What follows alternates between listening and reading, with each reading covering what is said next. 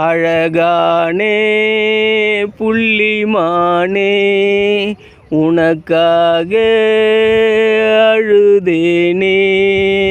பொண்ணுக்கு தாலி எதுக்கு, 3 முடிச்சு வெகுமானம், 6 முடிச்சு அவமானம். அந்த புறத்தை காவல் காக்க நானும் வந்தேங்க, என் அன்னத்தைய காவல் காக்க யாரும் இல்லைங்க. வழக்குக்கு போக மாட்டேன் நானே மானே, வக்கீலுக்கு பீஸு என்ன மானோம் தானே.